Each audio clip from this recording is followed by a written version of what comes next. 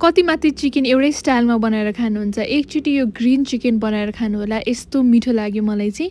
सुरुमा चाहिँ एउटा ब्लेन्डिङ जारमा मिडियम साइजको प्याजलाई हाल्ने, 3-4 वटा जति हरियो खुर्सानी, थोरै नरिवल हाल्ने र धनियाँ हाल्ने थोरै, र यहाँ 6-7 वटा काजु पनि हाल्ने र ब्लेन्डरमा प्युरे बनाउने। आधा केजी चिकनमा चाहिँ स्वादअनुसार नुन थोरै हाल्ने, थोरै बेसार, थोरै जिरा र थोरै अदुवा र लसुनको पेस्ट हालेर र यो ग्रिन प्युरेलाई चाहिँ हालेर मजाले म्यारिनेट गरेर राख्ने। आधा घन्टा 10-15 मिनट म्यारिनेट गरेर राखे पनि भयो। र त्यसपछि एउटा प्यानमा चाहिँ थोरै तेल हालेर जिरा फुराएँ मैले, थोरै यो सुकुमेल हालेँ, एउटा ठुलो प्याजलाई चाहिँ मसिनो गरेर काटेर हालेँ, 3-4 वटा हरियो खुर्सानीलाई पनि मसिनो गरेर काटेर हालेँ। र त्यसपछि यो म्यारिनेट गरेर राखेको यो मसलामा मजाले हाल्ने यसमा।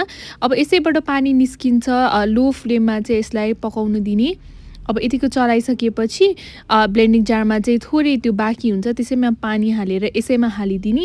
र त्यसपछि यसलाई चाहिँ मिडियम टु लो हिटमा 6-7 मिनट चाहिँ मजाले बोइल हुन दिने।